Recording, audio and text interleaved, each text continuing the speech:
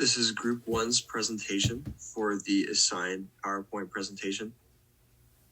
For our topic, we chose to do no-kill shelters.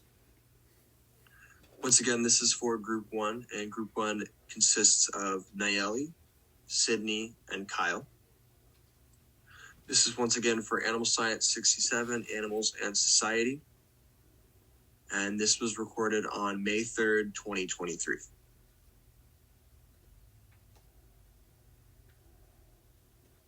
History, background information for no-kill shelters. No-kill animal shelters and the movement of non-euthanization alternatives began its social upcoming in the 1930s. Animal shelters and breeders began focusing more on preventing unwanted animal births in the form of spaying and neutering. These tactics and this movement were a slow and not so effective movement and took a while to pick up speed. This all began to change in 1976 when Richard Avanzino, pictured on the right holding the dog, took over the San Francisco SPCA and transformed it into the epicenter of the no-kill movement. In 1989, Avanzino later helped the SPCA become one of the first no-kill organizations. Avanzino later helped San Francisco pass the Adoption Act in 1994, which had established San Francisco as the first large no-kill city in the United States. In 2018, Delaware became the first official no-kill state within the United States. The same year in 2018, both California and Texas had some of the highest kill rates, with numbers reaching over 110,000.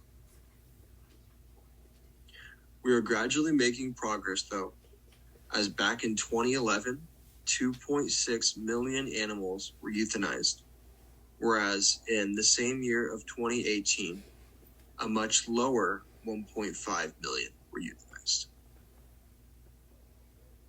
In order for a shelter to be considered no-kill, they must have at least a 90% placement rate for animals under their care. By placement rate, this is referring to any animals that are taken in, found, or captured in any way. The organization then takes care of them, helps rehabilitate them, or even reinstate them with the family that they were previously with before.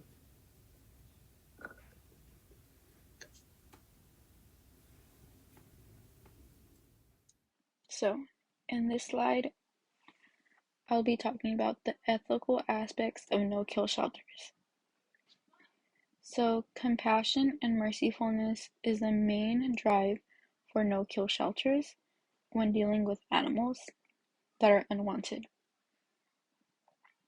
Because of this, euthanizing is only used when the quality of a life of an animal is compromised. They use the 90% placement rate, which states that 90% of the animals in the shelters will be saved and only 10% euthanized. Here are the factors that go into deciding if an animal should be euthanized. The age of an animal can affect how they live. It can cause struggle when doing day-to-day activities. These activities can include when they're eating, when they're walking, or even when they're sleeping, which can be that they can have any type of discomfort. And untreatable illnesses can also be a factor because they can cause an animal pain, and euthanizing would be the only viable option for any animals like this when they're in a circumstance where they're suffering. No-kill shelters work towards decreasing the amount of animals in the world through many different ways. Neutering or spaying animals can limit the amount of animals in the world, and it also benefits the future generations of animals. This ensures that the future generation of animals won't have to deal with what animals today are going through. Adoption and fostering programs are also used so animals aren't in the shelters for too long. Trap, neuter, return programs are used for feral or stray cats and can have the same effects as neutering and spaying. Overall, no-kill shelters work to save most animals and are working to eliminate unnecessary deaths. The graph on the right shows that as the save rate increases, the amount of animals in the United States that are being euthanized decreases. In 2015, compared to 2021, the save rate increases to 19%, and the amount of animals being euthanized in those times can show a drastic change. And you can see that in 2015, 2 million animals were euthanized, and only 355,000 animals were euthanized in 2021. So this graph shows as the save rate increases, the amount of animals being euthanized decreases. For the next slide, we're going over cultural and sociological importance for no-kill shelters. Sociology has large play in no-kill shelters.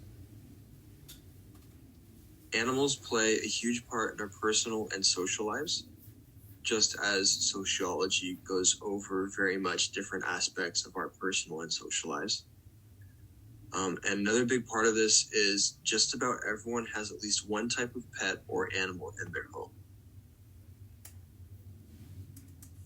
Because sociology has a lot to do with consequences of human behavior, it is very well tied into animal abuse, abandonment, overpopulation, and others.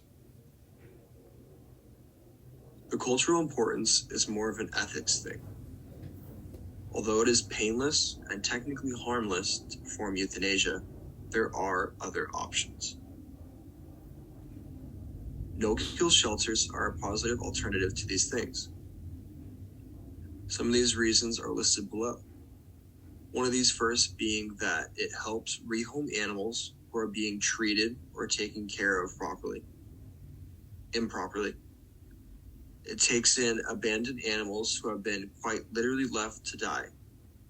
They help rehabilitate them and hopefully even find them new homes as well. It also cuts down overpopulation by spaying and neutering the animals, as well as helping keep track of which animals can or cannot reproduce. All this is tied to sociology because these things affect our everyday lives and communities. Maybe one of your pets is adopted from a home of abuse or neglect. Many farms and ranches also use rehomed or abused animals such as horses, pigs, sheep, and more. For one of our volunteer ranches, part of the horse ranch, a large portion of their horses that they use in their therapy sessions are actually adopted from pasts of abuse and neglect, whether it be some of them were used in certain types of circuses or they were just kept at ranches where they were not properly taken care of. And then animals, just like us, are generally very social. And by simply having no kill, it actually helps upbring the community as more animals are being adopted and taken home, since there are more homes available for them.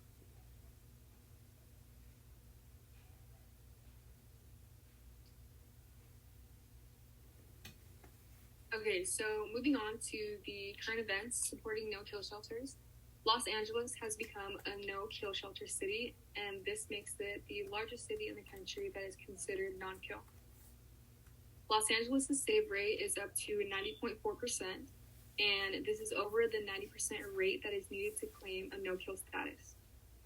The animals that have been killed here are only due to medical or behavioral circumstances that warrant humane euthanasia rather than being killed for lack of space. Now, in 2016, there were 1.5 million cats and dogs that were being killed in shelters because they didn't have the community support or the resources that they needed to save them. But Best Friends Animal Society committed to change that by 2025, and incredible progress has been made so far. Now, what is the Best Friends Animal Society? 35 years ago, a group of people wanted to create a sanctuary for abandoned and abused animals. Their endeavor would launch them to the forefront of the movement to end the killing of 17 million dogs and cats who were dying in our nation's shelters annually at a time. The work that is inspired by the founder of Best Friends has yielded a movement to save them all. They created significant cultural shifts in how animals are treated. This group has taken hold of corners from the country, from LA to Salt Lake City to even Brown County, Indiana. They have inspired people throughout the county to take up the mantle of no-kill, and they have helped to reduce the number of animals being killed in shelters by 91%. Now, if you take a look at statistics, the Fresno County statistics say that 14,314 cats and dogs have been saved, and 5 out of 17 shelters are no-kill. And if you were to take a look at the statistics throughout California, there are 111 out of 241 shelters that are no-kill shelters, and our total save rate over here is about 82.7%. When you take a look at the bigger picture and you're talking about the whole United States, we have about 4.6 million cats and dogs that have entered shelters, while 3.8 of them were saved.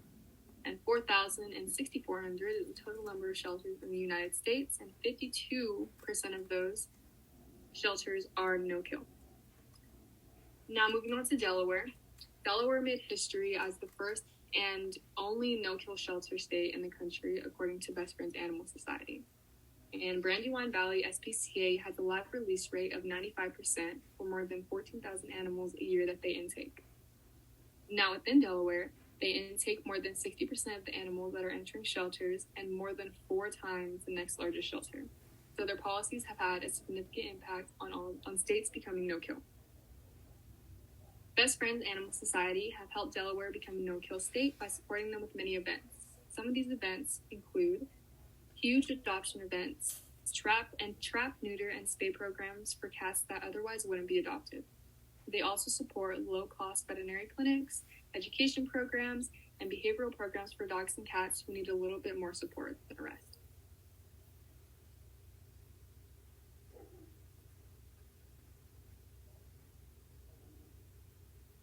Taking a look at these pictures, if you first take a look on the ones to the left, you can see some of the dogs that are being taken care of in the Los Angeles no-kill shelters.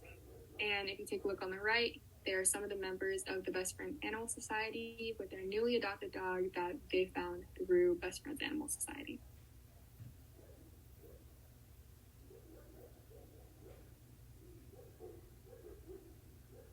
Lastly, the summary or the informed opinion.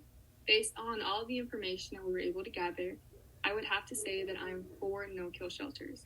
These shelters allow animals to find their forever homes and allow them to stay healthy and safe.